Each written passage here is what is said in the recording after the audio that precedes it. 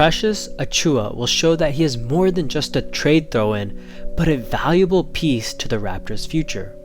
Going into free agency, it was clear that Kyle Lowry and the Toronto Raptors were going to separate from each other, one of the cleanest breakups I've honestly ever witnessed.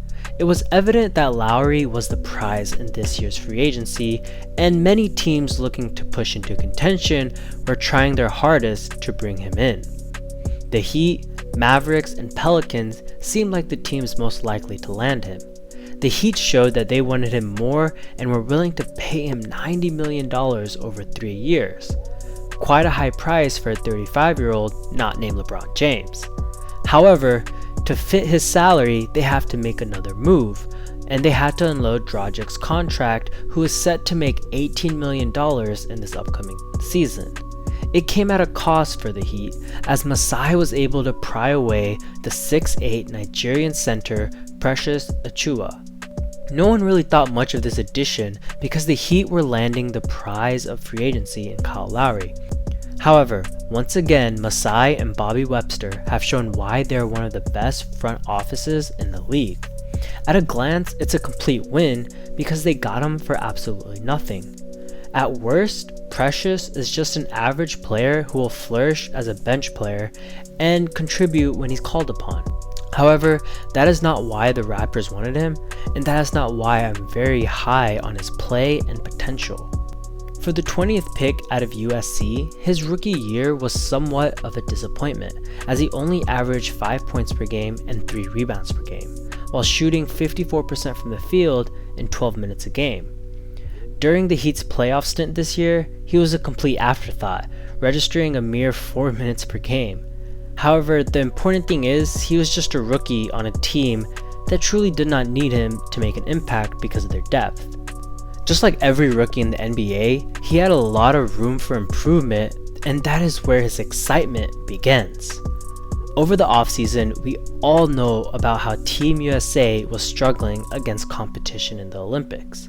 Doubt ensued when they lost multiple scrimmage games, one of which was to Nigeria, whose starting center was Precious.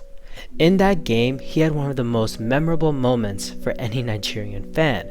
He completely stuffed Kevin Durant, sending him to the floor while also retaining possession. Overall, he had an okay game. In 16 minutes of play, he had 3 points, 7 rebounds, which was tied for the most rebounds in that game, and 1 3-pointer made. That block took guts though. Not every player would rise up to the challenge of facing one of the best players in the world one-on-one, and he did. It was nice to see him play against the best players in the world, but he impressed me the most in the Summer League. He showed me exactly what I want to see from players in the Summer League: absolute domination. In 3 games, he averaged 26 minutes a game, 17 points per game, and 7 rebounds per game, while having a block and a steal each per game. He did all of this while shooting an impressive 60% from the field and 50% from 3. However, the way he dominated was something to take note of. Coming into the league, one of his biggest weaknesses was his shooting and shooting touch. It was very encouraging to see him not only take threes, but make them. Granted that he only took 1.33 attempts a game, he still showed that he is improving that weakness in his game, unlike some players in Philly. Although he only shot 35% from the charity stripe, his smooth stroke is encouraging. Outside of his shooting though, his ability to take other bigs off the dribble was very impressive. I never knew he had that skill set, but it is quite a sight to see. Although he's only 6'8", he plays much bigger than his size and height. His athleticism allows him to be a solid rim protector and a fantastic rebounder. We do not know much about his intangibles when it comes to work ethic and personality. However, something that has fallen under the radar is the fact that Masai Ujiri is also Nigerian and very active amongst the talent that comes from his country. I am sure he knows something about Precious in regards to his work ethic and personality and how he projects as a player that the rest of the NBA front office just don't know. With Siakam out for roughly a month, we will be able to see Precious in action very early. In terms of expectations, I do not think he'll be able to produce the same stats he did in the Summer League, but if he can just show flashes of the defensive and offensive potential he possesses, I will be more than content.